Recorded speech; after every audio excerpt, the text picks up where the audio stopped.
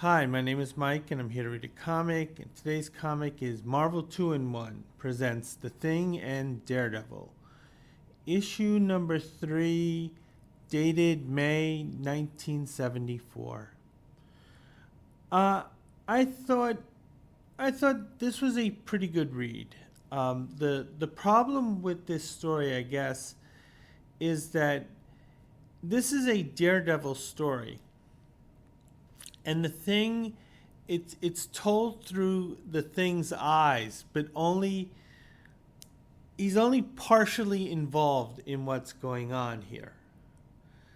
So it's kind of strange. This is something where Ben was kind of shoehorned into doing this. Obviously, what was going on was that Steve Gerber was writing for Daredevil at the time, and he had his continuing storylines in Daredevil.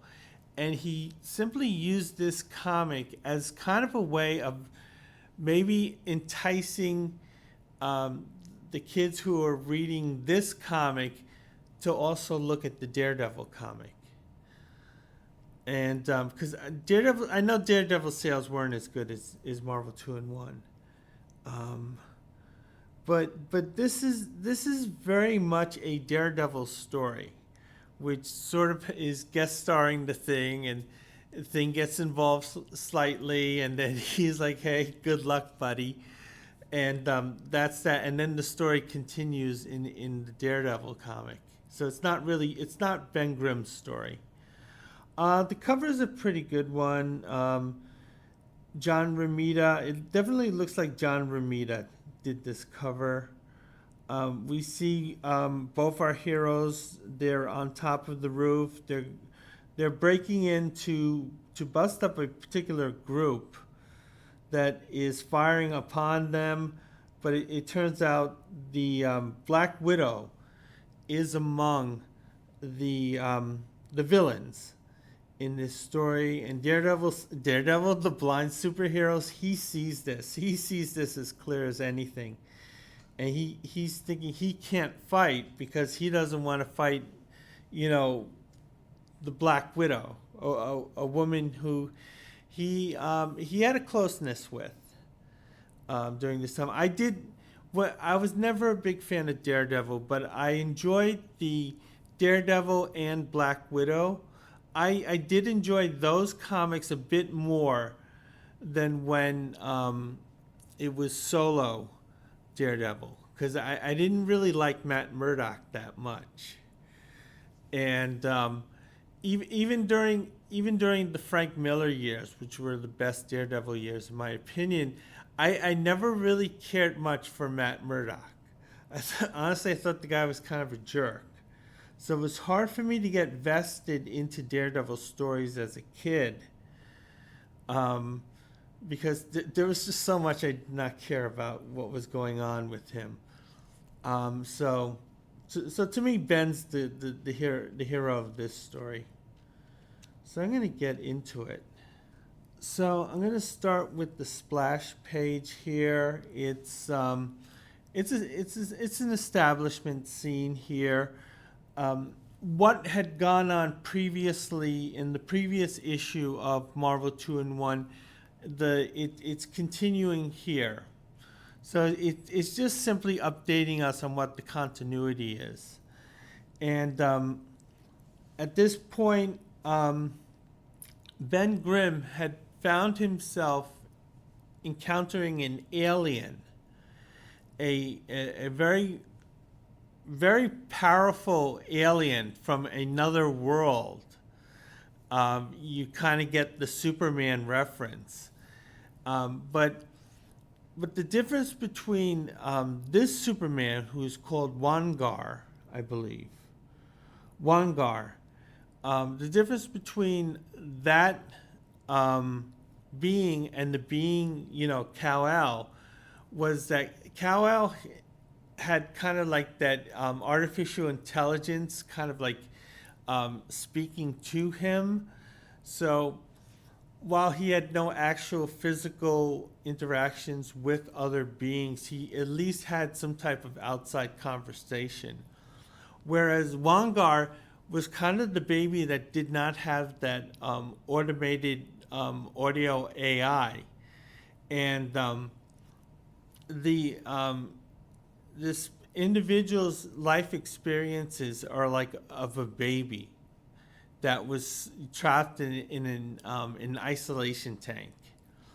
So think of the first Superman when the baby was coming to Earth and it had like that it did have that voice.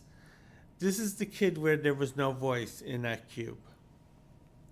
So, but because this being is very powerful and very innocent, you know, there's kind of a need for a guardian.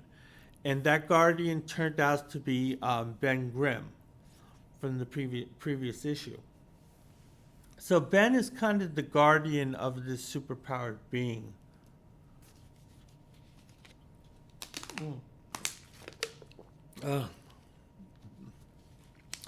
And then we see Reed Richards here is kind of running some tests on this being here. Going to turn the page. The whole thing about Marvel 2-in-1 was that it was for kids who liked the Thing but didn't really like the Fantastic Four. So they kind of like they tried to keep the Fantastic Four out of this comic, but sometimes they did have to bring one member, so they would only, you know, the minimum amount. And Reed's brains is something that would be needed here. Ben's kind of getting a little grumpy about this because he's kind of like feeling like he had just gone on the Maury show, and Maury said, "Yes, you are the father." Ben is kind of going through that. So all these tests that Reed are doing, he's just looking at it as the Maury lie detector, or the Maury DNA test. Ben is noticing that the needle in one of Reed Richards' scientific devices that's measuring the power outputs are going to the danger level. And then suddenly Reed is saying, just hit the ground, tell me. You're going to want to do that.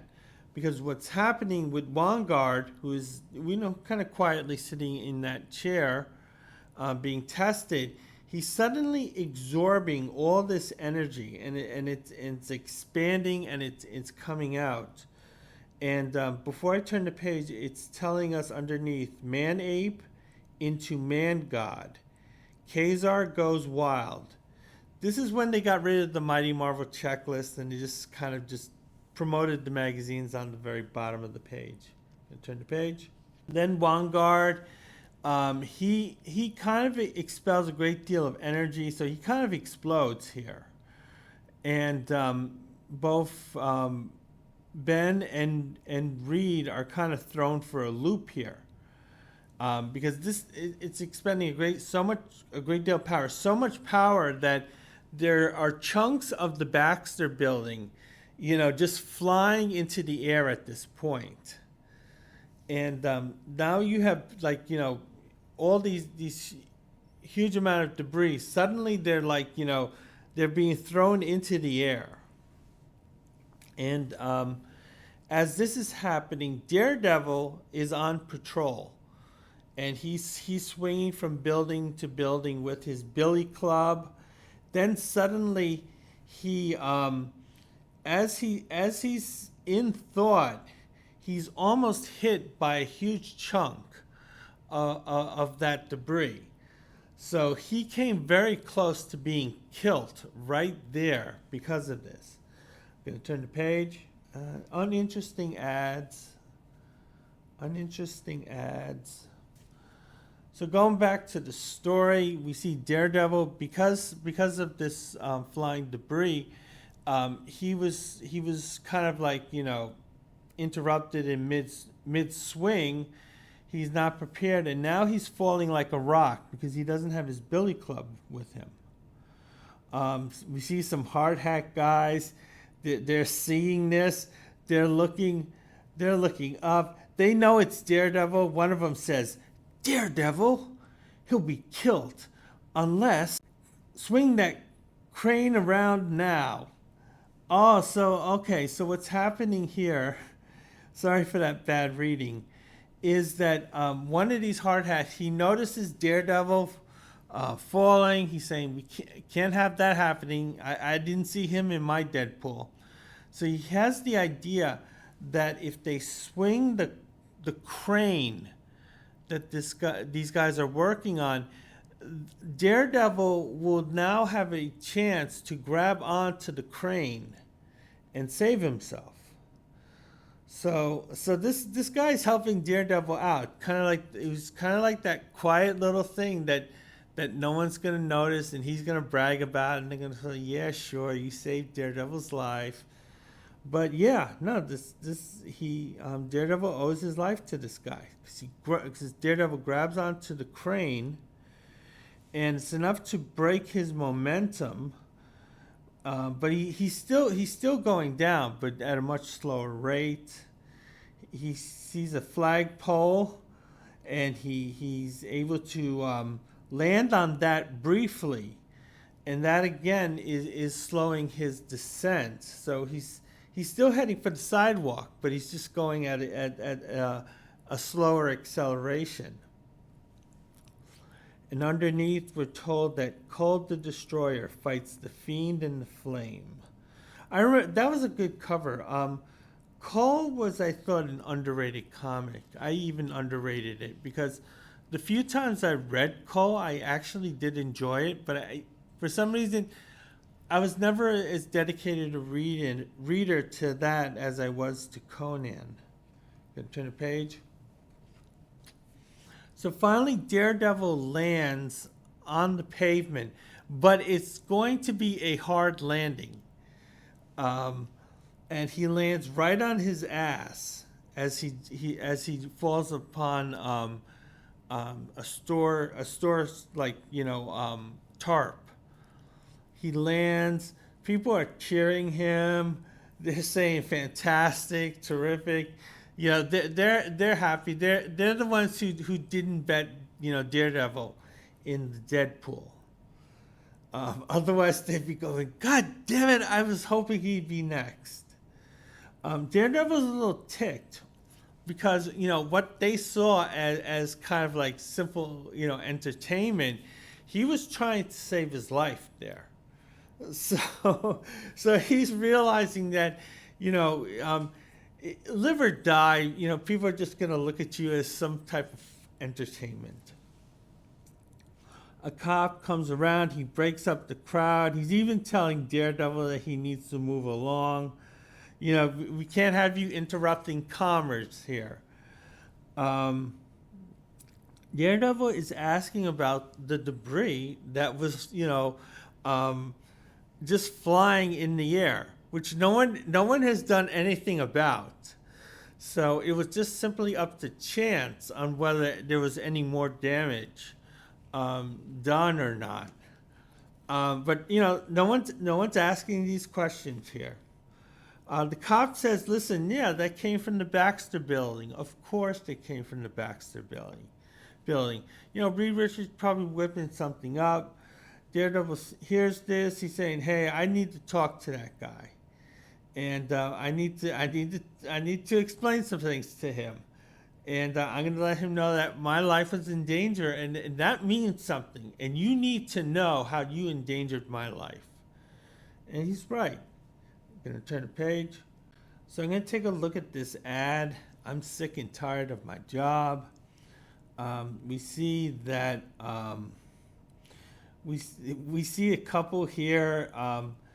The wife is reminding the husband that they have a dinner date with another couple. He doesn't want to go because he's feeling tired and burnt out from his job. His wife is saying, "Listen, I don't get out too much, so." Your whining about your work life shouldn't interfere with that. The husband kind of like, "All right, I'll do it." So then the two of them, they reach their friend's home, and the husband is noticing how nice their home is, saying, wait, where's he getting this money? And his wife tells him, oh, he's into electronics. And then we see the couples here, and it follows the standard. The women are in the back seat. They're kind of gossiping and talking amongst themselves. The two guys are up front. One guy's saying, "Hey, how did you get this money? I'd like to know." Um, and the friend is saying, "Listen, I just learned electronics, and that's it. And it was really easy to learn. And once I learned it, I'm just printing money."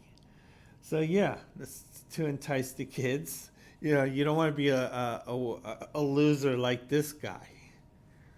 Gonna turn the page. We see some Marvel merchandising. I don't think these didn't count as in-house ads because this is they were licensing the products rather than selling them directly. And these are the medallions. I thought this was so cool. Um, I think I actually did see. There was one kid who actually did have one, and he let me see it. I think it was the Spider-Man one. Um, yeah. So yeah, this is something I probably would have loved as a kid. Can turn the page. So I'm gonna go back to the story. Daredevil. He's in front of the elevator. He doesn't see a call switch, so he's trying to figure out exactly how he can access it. One of the maintenance people in the Baxter building is explaining that there's no call switch. You either have access to it by the electronic lock, or you don't, and you don't have the electronic lock, so you can't access it. The Daredevil saying, "Listen, I have other ways of reaching the top of this building, like scaling it." The janitor doesn't seem to know who Daredevil is, so when he asks, he says he's Doctor Doom, and that's what the DD stands for. That was funny. I have to admit that that was a funny exchange. This is why I love Steve Gerber's stuff. But then what's happening is, as Daredevil is about to leave the lobby, the thing just happens to come down, and he's hearing the commotion, and Daredevil turns around. He encounters the thing. The two had encountered each other a few years earlier in an issue of the Fantastic Four, and it was Thor, Spider-Man, and Daredevil were kind of like having a misunderstanding with the Fantastic Four. And so the two knew. So the Thing knew who Daredevil is. He has fond memories of Daredevil. So he's like, "Hey, buddy, how you doing? Long time no see." Because I guess that small amount of time that they were together, I guess Daredevil made a really good impression with Ben. So he's kind of welcoming him like an old friend. He's trying to get Reed's attention, saying, "Hey, our old buddy here, he hasn't been around for a while. You want to say hi to him?" Reed's kind of like saying, like, "Listen, I got work to do here. I'm checking scientific knobs and dials here." And we're told underneath that the Man-Thing walks again in Monsters Unleashed. Yeah, that's probably their magazine. And turn the page. Reed saying that there are some concerns about Vanguard. He has to make sure that what happened earlier doesn't happen again. And then Reed kind of notices Daredevil. He's saying, "Oh, hey, how you doing? Listen, I'm kind of busy here, all right? So, don't take any curtness as rudeness."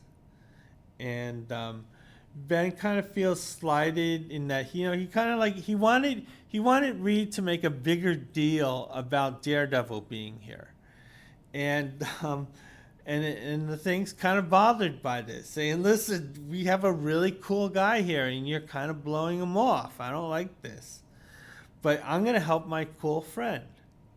So Ben, who's become very attached to Daredevil, wants to help Daredevil out, and the thing that Daredevil needs is that he needs to find the Billy Club, and then Daredevil sees where the Billy Club is, sees quote where it is, but before Daredevil has a chance to grab it, Mr. Fantastic grabs it from him, and Daredevil's like, "Hey, what the hell? That isn't fair."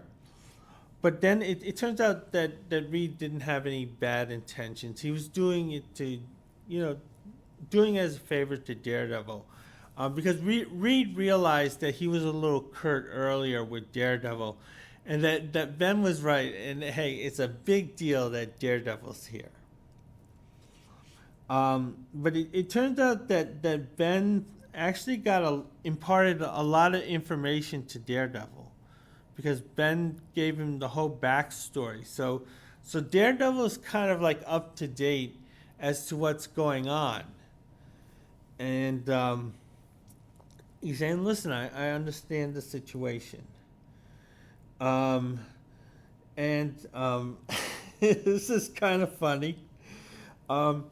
It turns out that Reed has designed a new costume for Vanguard to wear. And the new costume is apparently going to help him channel those energies so he isn't an exploding bomb again. So the thing is that Vanguard has to be like undressed, and then he has to be dressed, because he doesn't understand that, because he has the mentality of a baby. So Ben has to basically be the parent that takes the kid's clothes off and then has to put them on. And usually, if you're doing that for a kid, you're probably wiping that kid's butt too. And that's thankfully something I've never had to do, but I know others have done that. So that's kind of a play on that. Ben's like, "You gotta be kidding me." I'm gonna turn the page. Yeah, kind of a grit. Yeah, this little this little kid kind of he looks like this hunchback 80-year-old kid. And turn the page. Karate ad we've seen before. So I'm going to get back to the story.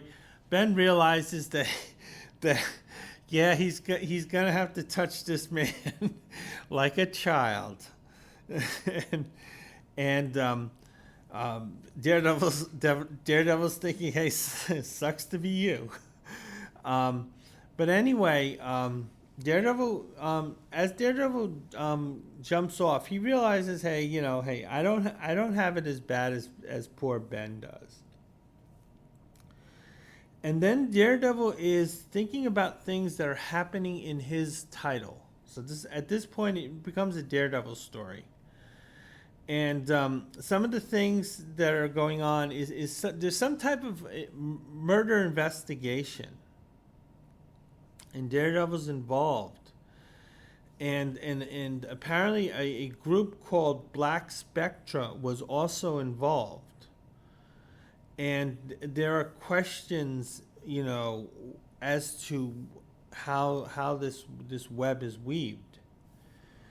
And Daredevil is seeking answers to those questions from a Marvel character.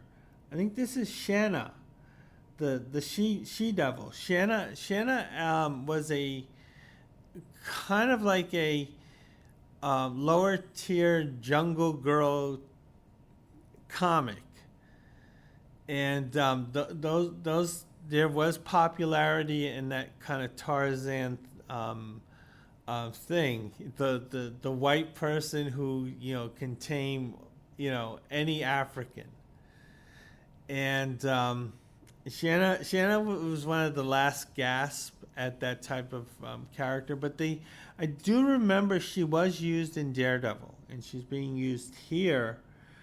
She's drawn very, very beautifully. Sal did a good job with her. I was trying to think who she kind of looks like. I'm thinking maybe Christina Hendrickson, probably Christina at her slimmest in Mad Men. So just what she looks like, and she's also helping the district attorney, who is Foggy Nelson, who is Matt Murdock's best friend. They had a law practice, then Foggy became a DA. I think Matt still was a defense lawyer, and they're trying to figure out the story of how Black Spectra is involved. Shannon has some information about what's going on. It's information that, again, this is stuff that would likely be known to regular readers of Daredevil, but in case you aren't, you're kind of given this small little summary. And underneath, we're told a staggering new supervillain is lying in wait for the Savage Submariner. I think that was toward the end of the run. I do remember buying the last issue of the Submariner. I'm going to turn the page. So anyway, Daredevil is listening to Shanna, and Shanna also has an older man with her. No, they're not doing that. And and the thing is, Daredevil, as he's leaving, he's thinking about what Shanna was saying. Because the thing is that Shanna has told that story to him as Matt Murdock. So he heard one version of what she had to say to Matt Murdock. Now she's hearing a second version, but as Daredevil. And then he's trying to kind of compare the two stories. And I think what he finds is that the stories are consistent. So he feels that's a good sign. But when he heard both stories, he also felt that Shanna was withholding some information. So that suspicion that she's withholding information is kind of being verified there. So Daredevil is thinking about what Shanna is thinking, or telling him, and what she isn't telling him. But thing is that he has to put that on hold because he's actually having a date, and his date is actually Foggy's sister, Candace. So right now he's dating his best friend's sister. At this point, we see Daredevil using his radar sense and his ability to read heart rates. He's able to recognize a female figure coming toward him. This is a figure that we would normally associate with the Black Widow, but it isn't. I'm going to turn the page. And it turned out it is Candace Nelson. She's on time for their date. They're going to the theater. she's taking a blind man to see a theatrical play. But the thing is, with his obviously his radar sense, he is able to see at least the figures. Although not any of the details. Then we're treated to this very, very odd performance art sketch. this is something Steve Gerber went to. He did this in the Defenders, where a stage performance was used as a way to forward some type of villain's power play. So what we're seeing here is the Statue of Liberty, and we think of America, we think of liberty, but then and then in African American individual who looks dressed like a slave, wearing an ascot. I guess that's like the one thing that Mass allowed him, was that ascot. And he comes in and he's telling Lady Liberty that he had done, he had done picked the cotton, in his words. But he's also saying that he's also tired of that. He is tired of his enslavement. He's tired of being where he's being treated and how he's being treated. And he's saying, you talk a game about people being free, but we're not free. When you say justice, we hear just us. So he's saying that you let him down. Then suddenly, from out of the wings, comes Captain America, and this is a excellent facsimile of Captain America. You'd think this would be a stage actor, but he looks like the actual Captain America. And he's angry with that slave. How dare that slave complain about how he's being treated? We treat you people right. And then he belts the man. Captain America keeps hitting him. He's saying America is great. America is terrific. If you don't like it, here's another one for you, and you can take this beating too.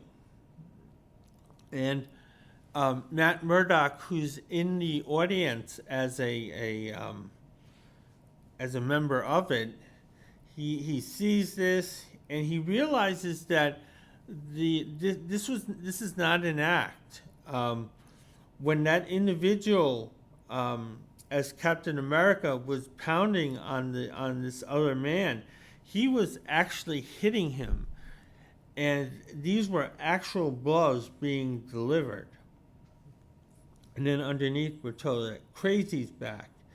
The magazine that dares to be dumb. That was a bad magazine. Gonna turn the page. Then suddenly, out of the wings comes the Mustache Man.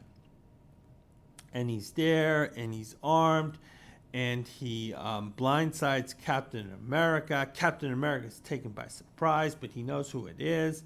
But before Captain America can react, the Mustache Man shoots Captain America, and Captain America has been killed.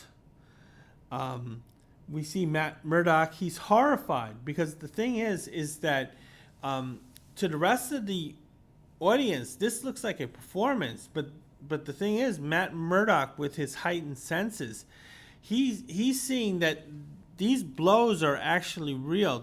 Those bullets were real.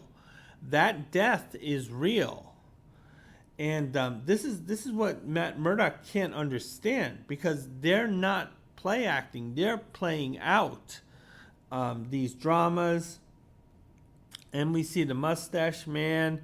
He salutes himself, and he's saying that he is the true face and representative that is representative of America. And the Mustache Man, he takes the gun, he places it just under his eye. Then a loud bang is heard.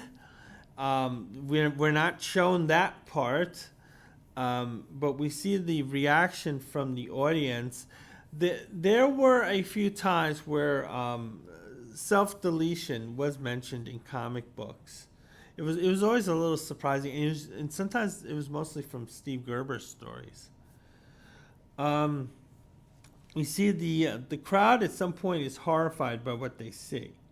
So at this point, that was they couldn't hide the violence that was going on.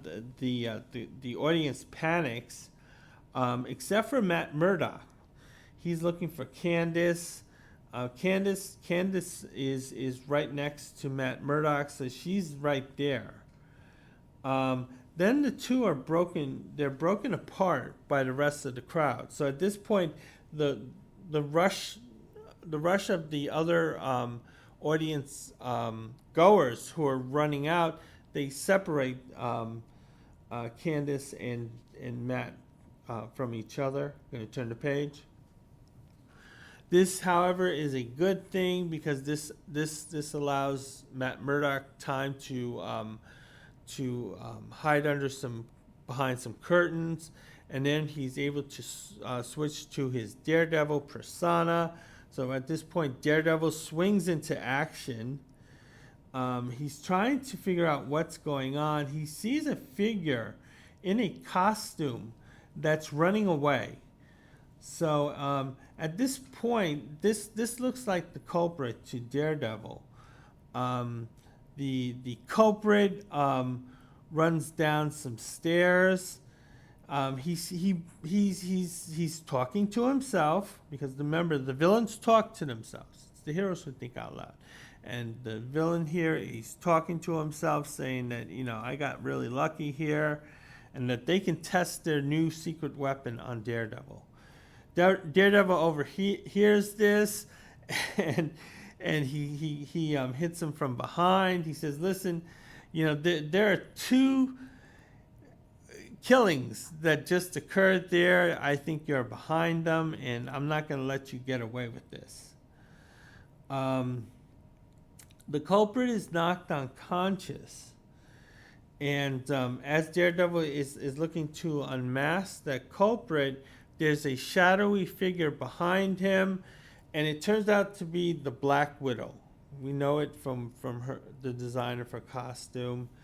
Black Widow, she karate chops Daredevil from behind. This jolts him, and then what happens is that the masked culprit is still unconscious, and she ran off. So, Daredevil, I guess Daredevil had a choice between going after one or the other. I'm going to turn the page. And I'm going to look at the letters page, the ever-loving, blue-eyed letters page. Excuse me. The comic was new at the time. So basically, there were the two tryout issues in Marvel Feature. And then there was the first issue, the second issue. So I think the letters refer to those two early Marvel Features and the first issue. Lee Henry has some suggestions. One thing he doesn't want the Thing to be fighting against every hero that he's paired off with. So he doesn't want those, and then there was a misunderstanding, battle issue between heroes. He doesn't want the Thing to get into that rut. And the second one is that he kind of felt that Marvel trying to integrate some of their more offbeat characters from the Monster Mags or the Jungle Mags into the mainstream, like teaming those characters up with the Thing, might not be a good idea. He's talking about characters like Shayna and Werewolf and Dracula. Kind of those are the quote offbeat ones, and he did not like the way the werewolf character was used in Marvel's team up. number 12. I actually like that issue, number 12. But apparently this guy didn't. He also doesn't want Marvel Team Up to be Marvel 2-in-1, I should say, to be dedicated to just kind of washed up villains. You know, he's saying that the Thing should also fight some primetime villains, rather than simply kind of like the one-shot villains or the novelty villains. And then he's talking about teaming up, you know, kind of like Spider-Man and the Thing, kind of them crossing paths, and they did. So then editorial answers back saying that we're not really gonna have Ben fighting every hero that he encounters. Um, they pointed out that the only weird time or weird offbeat character that they teamed the Thing up with was with Man Thing, and you know most of the readers like that story. So you're saying that we shouldn't be using these quote offbeat characters like Man Thing or even Shayna and Werewolf. But the thing is, we had fans who liked those stories, and they said that Spider-Man and the Thing they're gonna cross paths, and and at the same time, you know, the Thing's gonna cross paths with other heroes too. Um, this other writer, he liked the artwork in the first one, um, and yeah, he just liked everything about the first issue of Marvel 2-in-1. Um, we have another kid. Um he did not like the Kane artwork. Yeah, he didn't like, which is strange. I thought the artwork was really good, but yeah, he wasn't a fan of Gil Kane, and he liked the Starlin stuff better. Oh yeah, and he says, you know, you normally don't print letters that are negative. Editorial says that's not true. We print negative stuff all the time. When the Gwen Stacy, whatever happened there happened, we got lots of negative ads. We got lots of negative mail about that, and we still printed it. So that isn't true. And saying, yeah, we kind of like what Gil did. Another one is oh yeah, this writer didn't like the Man Thing, not because he thought the Man Thing was a problem in and of itself, but he didn't like those brainless creatures. The Man Thing is a creature who reacts to what's going around him, but he has no actual thoughts. So, so he kind of was. This guy just wasn't a fan of that type of character. But they're explaining that the Man Thing is entirely, you know, mindless. Another one is just complaining about the size of, you know, New York is the largest, and the kids saying no, Tokyo's really the largest, and they're saying, kid, really, who cares?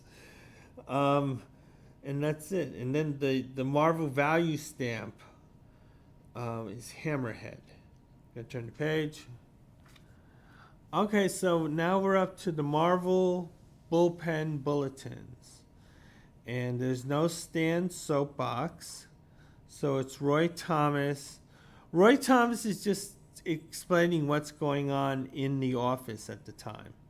So he's just saying, listen, this is who and what they are doing. And we have Marv Wolfman, he's working on Crazy.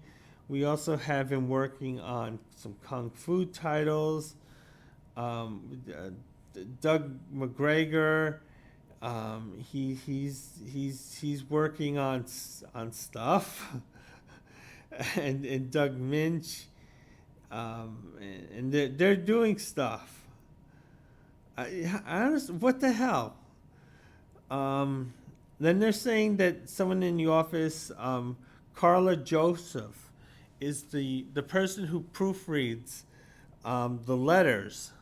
So, so basically, he's saying, listen, when one of you inarticulate bastards writes in, we clean up the grammar, so it sounds somewhat sentient. That's what her job was. And then we have Jerry Conway and Steve Gerber. They're doing editing work. And so is Len Wein and Tony Isabella. Yeah, it's like, who cares? You see some of the items. One item is mentioning Sinbad, the Golden Voyage of Sinbad, which is this is a movie. They tried to bring back the Sinbad franchise. It didn't really work. I never found Sinbad appealing in any way. The next item, they're talking about the Marvel value stamp, saying that they've been getting a lot of good feedback about them, and that this is something that fans kind of like. But it doesn't seem like they know what exactly they're planning on doing with it. Another item, Jerry Conway just finished writing a book. He's teaming up with John Romita on Spider-Man. They're doing really good work. He's also Mike Plug, who does Man-Thing and some of the monster titles. He's doing a great job. Yeah, Mike Plug, he only liked doing the monster titles. He stayed away from the costume stuff. Then they're talking about Amazing Adventures. And then they're mentioning Vincent Alisar, who's a really good artist that Neil Adams had mentioned to them. And we're happy that he's with us. And then they're talking about Voom and the Mighty Marvel Checklist. This is the magazines that were out at the time. Fantastic Four 146. I kind of remember that. I think that was a fill-in. Spider-Man 132. I remember buying that off the newsstand. Hulk with the Inhumans. Hated the Inhumans. Adventure Comics 123. Yeah, a few others. Like Submariner was up to 70. Spider-Man Team Up 21. Yeah, pedestrian. The Conan, I think, yeah, it was a good era for Conan. Defenders was up to 13. Yeah, there's a lot of comics, but not all of them are that interesting. So I'm going to get back to the story. We see Daredevil. Daredevil was sandbagged by the Black Widow. The Black Widow is currently making an escape to some type of aircraft that had been hovering around. So thing is that at this point it appears that the Black Widow is working with some type of powerful, shady organization, an organization that can support, like, a technology like this. Daredevil has noticed that this aircraft had been hovering around nearby these situations that would explain the Black Spectra. Daredevil, he wants to follow, but at the same time he realizes that his ability to use his billy club to go from building to building won't be enough, and that he needs something more powerful, a mode of transportation more powerful than that. And he realizes that the Fantastic Four have that. They have the type of vehicle that Daredevil needs to used now. So as Daredevil is heading back to the Baxter building, we see at the Baxter building that Wangar is dressed. He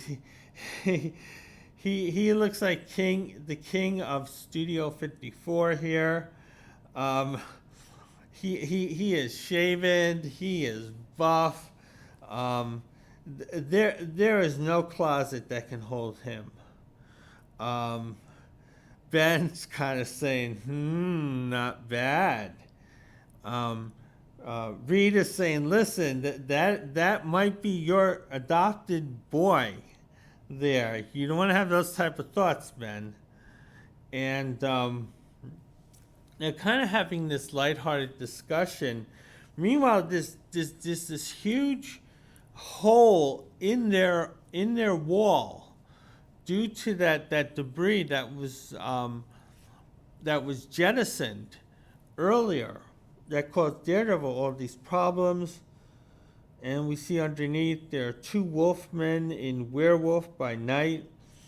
I never read that title, and whenever I did, I found that I had no interest in the stories. But apparently, James Brown, the singer, was a huge fan of that title. I'm gonna turn the page.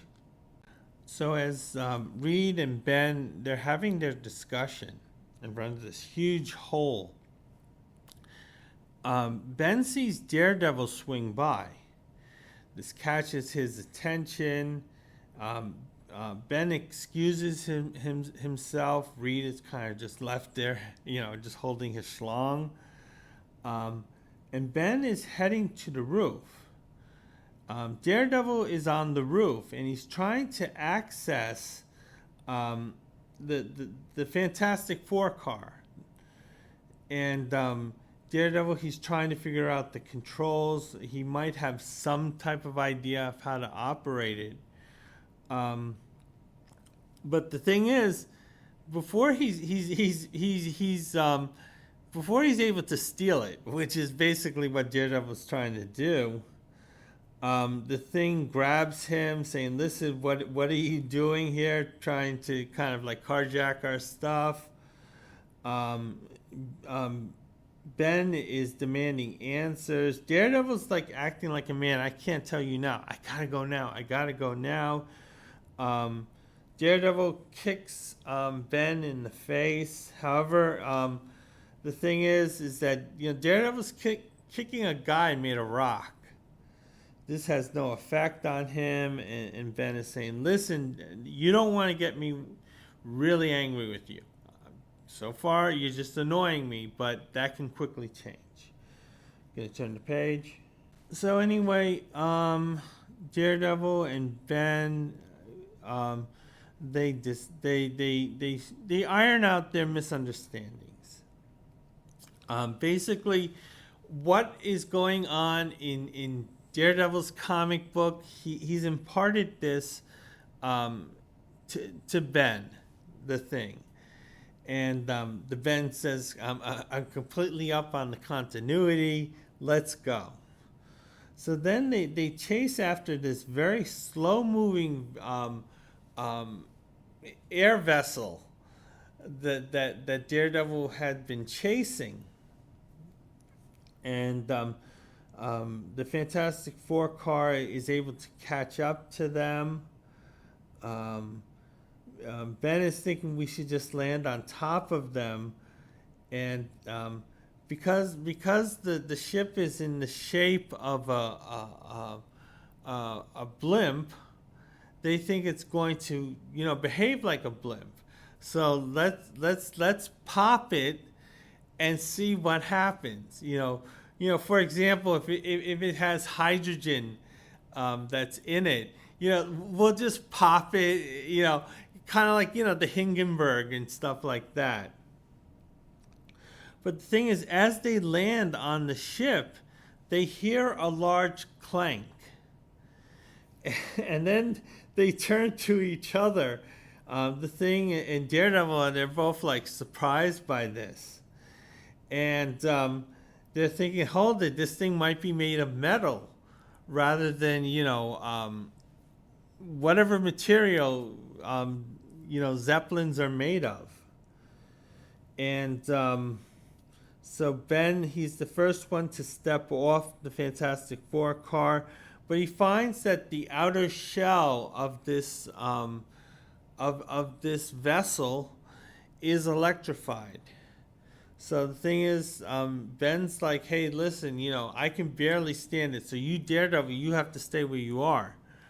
Um, but the thing is, Ben is he's stronger than that, and then he starts pounding on the hull of this airship, and we're told underneath that you want a room with a view, try Tomb of Dracula. What the F? Gonna turn the page. So then Ben is able to break through the metal, and then underneath he sees kind of a control room here. He sees the Black Widow. He also sees another female figure that he's not familiar with.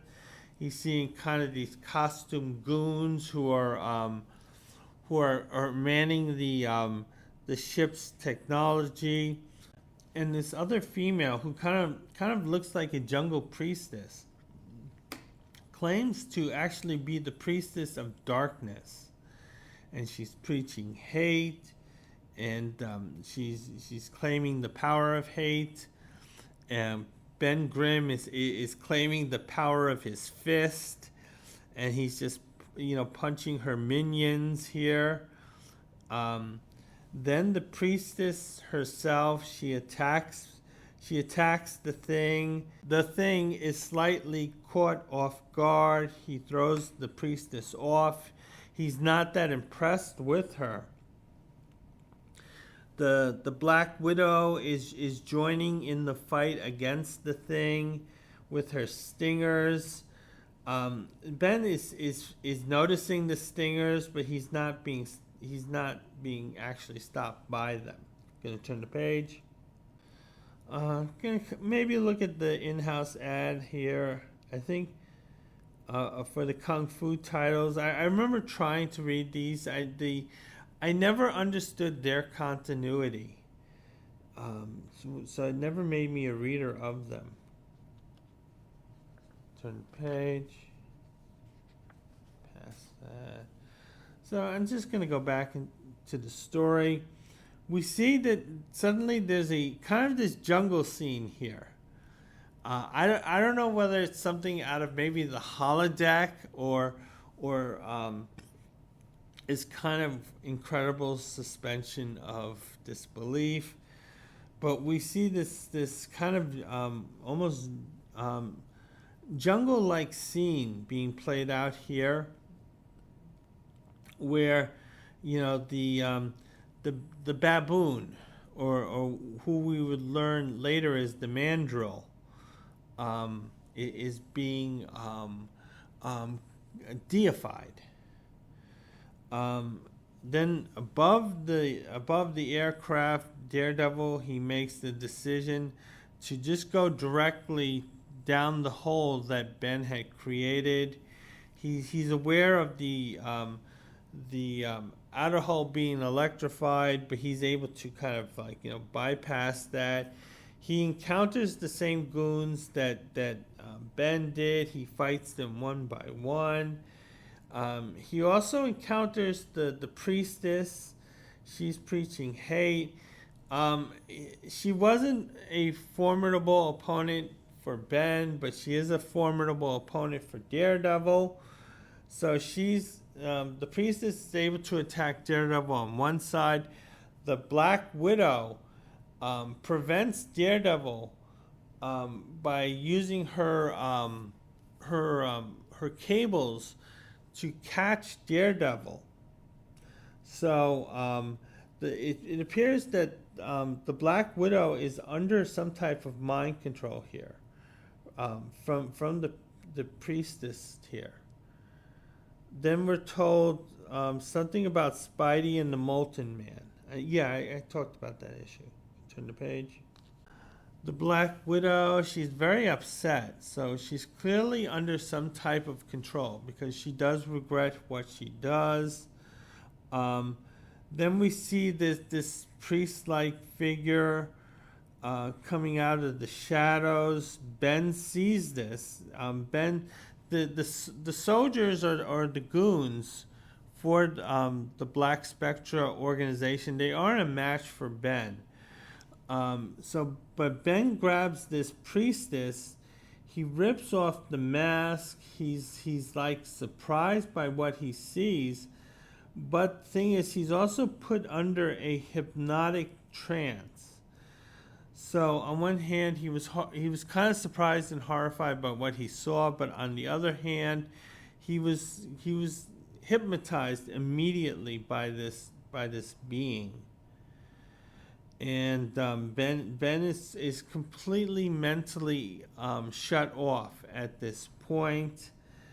The priest here orders the minions to carry Ben along with the other hero Daredevil and escort them out. Gonna turn the page. Okay, finally, the ending of this convoluted story. So anyway, the priest, he orders the minions to take Daredevil and Thing back on top of the Fantastic Four car, and then to push the Fantastic Four car off their space vessel or their spaceship here. They're a very slow moving spaceship here. So they're going to kill these two by kind of like, create just basically suicide. I don't know what the hell they're gonna do. Like, okay, so then the two heroes are loaded back on the Fantastic Four car, and the Fantastic Four car has been thrown off the air vehicle. So the Fantastic Four car, it's coming down to Earth. The two heroes are in it. Daredevil is the first to wake up. He realizes what's going on, and then he grabs the controls, and he's able to remember how to operate the Fantastic Four car. He does so. The two heroes, they kind of fly off to safety. They end up landing, but they do have to watch Black Spectra get away. Ben is saying, listen, if you need me, this fight, count me in. But the thing is that Daredevil's saying, no, I got to take care of this in my own way. So this is telling the kids that if you want to see this storyline continue, you got to go buy Daredevil comics, because Ben here is not going to help you out. And then they're reminding the kids, find out what's going on by reading Daredevil 110. And then they're also saying that the next issue of Marvel 2-in-1 is going to be Captain America. I thought that was a pretty good issue too. And then that was also Steve Gerber using that comic to promote another. Alright, so turn the page. Yeah, and that's it. And that is my review of Marvel 2-in-1 issue number 3. And I hope to have more reviews up soon. Bye.